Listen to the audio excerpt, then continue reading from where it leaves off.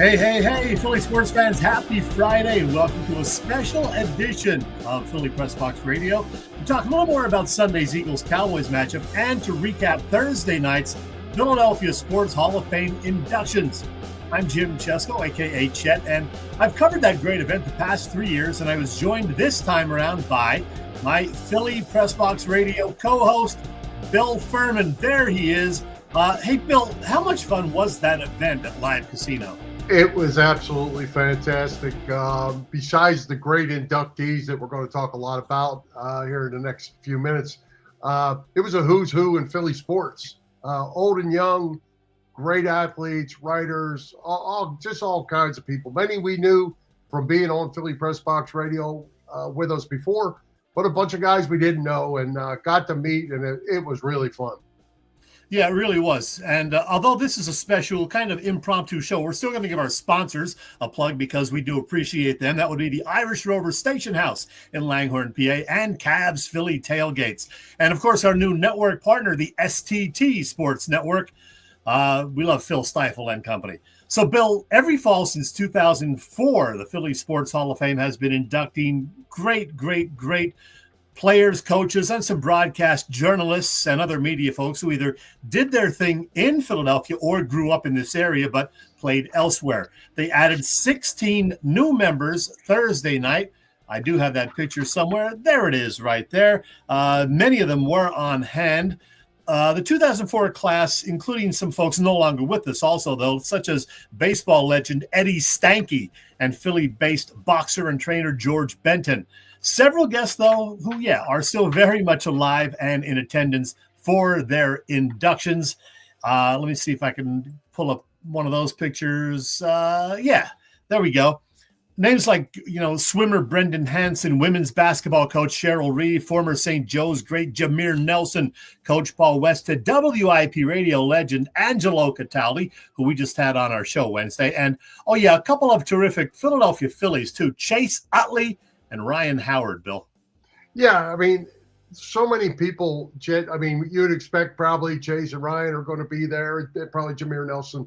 But when you hear the stories of some of the others like George Benton and what he went through in his life and what he accomplished in his life as a boxer and a boxing trainer was really a great story. And so many more like that. Hopefully I get this right. Lurlin Jones, a lifer in helping the Philadelphia youth and through being a Philadelphia school teacher and so forth, got her in. Only 321 individuals, Chet, have ever been put into the Philadelphia Sports Hall of Fame. It's pretty impressive. And with your help, I got to interview a couple of the new inductees. We'll show you those chats in just a bit. But another great thing about this event is the number of past inductees and other Philly media folks who show up. So I slapped together this little collage of some of the folks that we were able to say hello to. The likes of Fran Dunphy, Sal Palantonio of ESPN, Tim Witherspoon, the boxer, Ray Dinger, of course, Phil's owner, John Middleton, and the great Speedy Morris. I know you were happy to say hello to Speedy, Bill. Yeah, I mean, I can remember, I've told the story about working at the Palestra when I was about 14 years old, but one of the, right back in that time, and I talked to Coach Morris about this, he was the coach at Roman Catholic High School at that time. And, man, what a career that fella has put together. Yeah, indeed. Great night. Great to see him there. He was not in the best of health, but he was there for, I guess, Cheryl Reeve, and probably got to say hello to Phil Martelli and some of the others who were also in attendance. Yeah, the other thing I wanted to say about that is we'll get back to a little more to Speedy in a little bit, but Lou Nolan, Larry Boa, Dan Baker, Hoops Weiss, Mike Kern, many, many more. I mean, a true who's who of Philly sports. Yeah, for sure. I was able to say hello to the legendary voice of the Eagles, Merrill Reese. Always good to see him. He's a past inductee, and he was there Thursday night to induct former Birds offensive tackle and later Merrill's color analyst, Stan Walters, who could not be there. Always fun to see Merrill. And the Watson brothers were there as well. We talked to Jimmy a bit, and we talked to Joe, who's always fun to talk to, and then took a triple selfie with Joe. We love that guy. Yeah. Jimmy and Joe are great. They were there just because they're Philadelphia sports junkies like the rest of us, but also Rod Brindamore was honored. Obviously, he couldn't be there because he's in season as the head coach of the Carolina Hurricanes, but Jimmy and Joe representing the Flyers and just that they're Philly sports junkies and great guys. And Leslie Goodell was there, surprisingly. Leslie, who, of course, worked for years at Comcast Sportsnet, but she covered the Phillies for many, many years. She's now living in Nashville, got engaged recently. Congrats to her. But always good to touch base with her. There's me and Leslie. There's you and Leslie. And as I said to her, when I think I have a pretty good life and I get out and about and I'm having a good time, I look at what Leslie does. She is all over the place. Yeah, absolutely. And she shared a little bit of that with us. That she was just so tired she couldn't make another trip to see Taylor Swift in Indianapolis. That was interesting. But the other thing too, Chet, and we'll talk about this a little bit later, I think, Leslie is a board of director of the Andy Talley Foundation. She's on the board. And yep. Coach Talley also got inducted last night. And so Leslie was there to represent him as well. Yeah, great night all around. Hey, let's talk about a few of the inductees now. Bill, you made it a point to say hello to this guy. He's a swimmer. Why did you want to talk to him? Well, he's a Delco guy to start with. And you know how us Delco guys are. Brendan Hansen from Haverford, went to Haverford High School. 6-time Olympic medalist. He won golds in 2004 in Athens, 2008 in Beijing, and 2012 London. That's a pretty good deal. 16-time All-American, 4-time national champion at Texas, and came from little old Havertown. So I certainly wanted to meet him, and he was certainly a great guy. Another inductee was women's basketball coach Cheryl Reeve. And, man, what a resume this woman has. Played at LaSalle under the great Speedy Morris, whom we discussed. She is a 4-time WNBA championship coach, all with the Minnesota Lynx. And she guided Team USA to another gold medal in Paris just this past summer.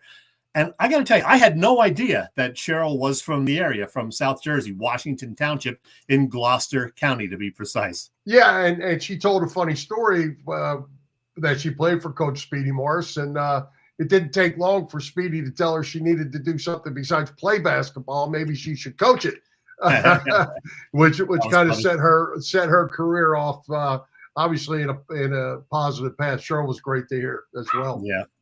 Other inductees included 85-year-old Paul Westhead. What a career he has had, including coaching LaSalle, the Lakers, and that great Loyola Marymount squad headed by Philly area's Bo Kimball and Hank Gathers. He looked good for 85, I'll tell you. Rod Brindamore, you mentioned, couldn't be there. He was busy with the Hurricanes beating up on those Pittsburgh Penguins. And legendary Villanova football coach Andy Talley, as you mentioned. Bill, you had a nice chat with Coach Talley. Yeah, another great Havertown guy. It was a big night for Havertown, Pennsylvania. Coach Talley, a member of the College Football Hall of Fame. 257 total wins, 155 losses, 229 of those wins at Villanova. Obviously a fantastic football resume, Chet, but more importantly, we got to hear about the Andy Talley Bone Marrow Foundation. Man, didn't know anything about that. But they've reached out to over 250 college football programs that are now part of the foundation. And Krista, I believe her name is Krista Ross, along with Coach Talley, are the founders of that. And got to speak with Krista's parents, very proud parents as well, last night. That was neat. Of course, they're all friends with our pal, Kevin Riley. But it was great to talk to Coach Talley finally, to meet him. And like I say, the foundation is greater than the college football coaching career, and that's pretty good. Yeah. Bill, a couple of interviews that I did. One of them, I put you to work, right? Yeah, you did. You had me as your cameraman, and trying to work around a little noise. We had a little noise in our area, but I was your cameraman. You jumped in at on quick notice and put in a couple great interviews. Well, it was a little noisy there, and I spotted these two guys together. I just had to talk with them. We're talking about Jameer Nelson and the great Phil Martelli. Martelli, a past inductee.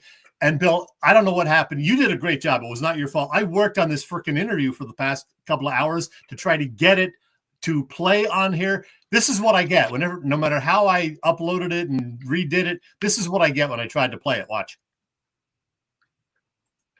That's it. It just goes there. It does not play. We just have a still shot, huh? Yeah, still shot. I hit the play button, the pause button. Nothing happens. And I tried it like 5 different ways. So, oh well. But I can tell you that, I asked Jameer about that great 2004 season, the run that they had. And Phil talked about Jameer, the man, about his upbringing, which is what made him so special. Phil told us, although he's retired, won't be in any more locker rooms anymore, he is doing some work for TV now, both Fox Sports and ESPN. In fact, he's doing a basketball game this weekend. So great to see those guys. Sorry the interview thing didn't work out. Not your fault. It was just weird. We'll get through it. Maybe we'll get it straightened out and get it on the show on Wednesday. But, it was great. Phil Martelli, everybody pretty much knows him, and he is going to be broadcasting the Fordham game this week. But Jameer Nelson, great story from Chester High School, a great basketball tradition at Chester, not the greatest place to grow up, but Jameer has come out of that, graduated from St. Joe's, had a great NBA career, certainly deserving to be a Philly Hall of Famer, and you and I, neither one knew that he actually works for the Sixers now. Yeah. How about that? Yeah. So that was pretty interesting. Wish I would have known that in advance. I would have asked him about it. And maybe the interview would have played. Who knew? Right. Good deal, though. Good stuff. Hey, Chet, we all knew that Chase Utley was at some point going to be inducted into the Philly Sports Hall of Fame. And it was a no-brainer. But it was really cool for us to be part of that. Yeah, it was. And what was also pretty cool was Dan Baker being there to introduce Chase in typical Dan Baker fashion. Number 26, Philly's second baseman, Chase Utley.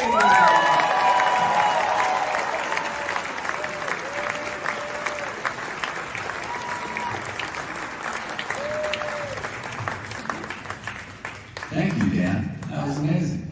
Yeah. First off, I'd like to thank this Philadelphia Sports Hall of Fame for including me in this amazing group of athletes, difference makers, and obviously Angelo. Yeah, Angelo. All these great athletes and difference makers. Angelo. Yeah, Angelo. Congrats to Chase Utley. It was a nice touch to have both Utley and Ryan Howard going in together. And I was able to snap this picture of the two of them at one point. I didn't get to talk to Chase, unfortunately, but I was real pleased to get this picture of them at least. And then to be able to snag the big piece for a brief interview. And regarding that, well, I started by asking the big piece, now that he's been out of the game for 8 years, what he misses most about baseball. I still kind of stay around the game and do some different things like that. The physical aspect of the game, not missing that so much, but I think the biggest thing is probably just my teammates. The chemistry that you have with your teammates and going out there and battling like day in, day out, the grind, preparing for games, preparing for spring training, preparing for a season, those kind of things. But I live vicariously now through the guys that are playing the game. And now you're going into the Philadelphia Sports Hall of Fame with one of your teammates, Chase Utley. How cool is this? Man, it's great. It's great. To be able to go from the things we did on the field to be able to go into Philadelphia Sports Hall of Fame and what this city's been able to do for us and provide for us together is something pretty special. Hey, Chet, those guys were great, and obviously the fans. Dan Baker also introduced Ryan the same way he did Chase. I thought it was interesting, though. Of Carlos Ruiz was put in last year ahead of Chase and Ryan. I was a little surprised at that. Yeah, go figure. I mean, I don't remember exactly what year each of them retired. I know Utley played longer than Howard did, but I don't know. You just never know. And J-Roll was in also, I guess, 2 years ago? A couple years, yeah. Yep. Well, and I'm sure over the next 10, there's going to be more and more that are going to get in. And fortunately for us, we got to see two of the best, and it was a ton of fun. And Bill, speaking of the Phillies, the Fanatic was there. And, I hate to be a snitch, but I got to report this guy. I caught the world's greatest mascot hitting the bar before the induction ceremony, and he looked like he was hitting it pretty hard.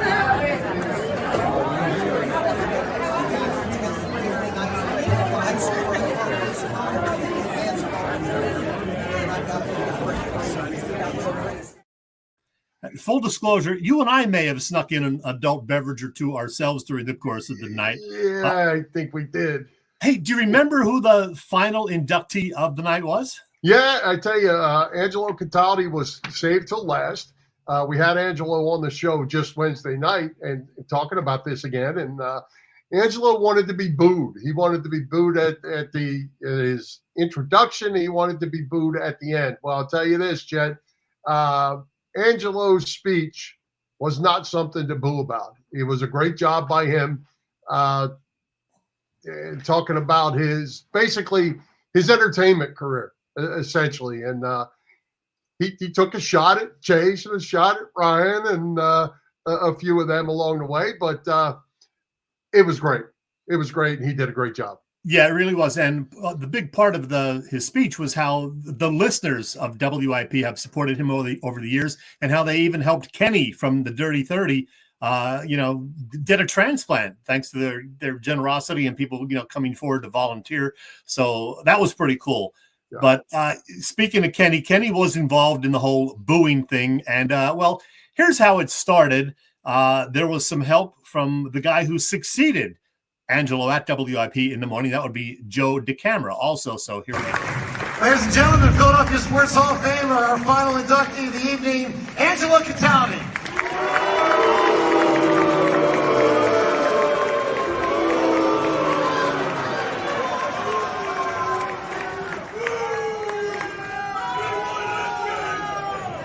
Thank you. You are too kind. Too kind. Really appreciate it. Is Donovan here? Oh, yeah, maybe not. A couple of things, guys. First of all, it should be pretty obvious by now that I don't belong here. This is my only Hall of Fame induction, and when the guy called me, I said, double check. Make sure, please, because I don't think so. Oh, yeah, that was nice. One other thing, Bill, I wanted to mention, at the very start of the program, they also paid tribute to Pat Williams, who, died several months ago. Pat, of course, a legendary Philadelphia sports figure, worked with the Sixers and later on the Orlando Magic, of course. But he was also the MC for the first several years of the Philadelphia Sports Hall of Fame induction night. So that was nice to pay tribute to Pat Williams. It was, and they made it very clear that this whole thing 20 years ago doesn't get off the ground without Pat Williams buying in from day one. He saw the vision, and then he walked the walk to go with it. And basically made this whole, well, there's a lot of other people, but made it happen out in the public anyway. Well, speaking of some of those other people, again, such a fun night. Kudos to everybody at the Philly Sports Hall of Fame, including Ken Avalon, Jack Avalon, Ruth Constantine. I had a nice chat with Ruth. And, of course, our pal Mike Conroy. Mike does a great job also. Terrific job by everybody in putting together another fantastic, sold-out Hall of Fame induction ceremony. Yeah, I can't imagine, Chet, what they could have done to make it a better night. I mean, it was a good night all the way around, and the guests were great. The food and drinks were great. The camaraderie was great. It was a big night. Yeah, it was. Hey, speaking of big nights, there's a big football game on Sunday. Eagles, Cowboys. Any final thoughts, 48 hours or so before kickoff? Well, people like to get nervous because the backup quarterback's playing. There's nothing to be nervous about this time. Go in, take care of business. The Cowboys are not very good. It's not, even when we say the Eagles are going to beat the Cowboys because we're Eagles fans, they're usually a decent ball club.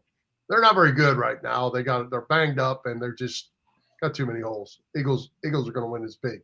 We mentioned Cooper Rush, the backup, 5-1 as a starter. And yeah, the Eagles did hand in that one loss, but he did beat the Eagles one time. Didn't play that great. He had like 102 yards passing or whatever. The Cowboys had their running game going that day. But it can, maybe re-energize them a bit.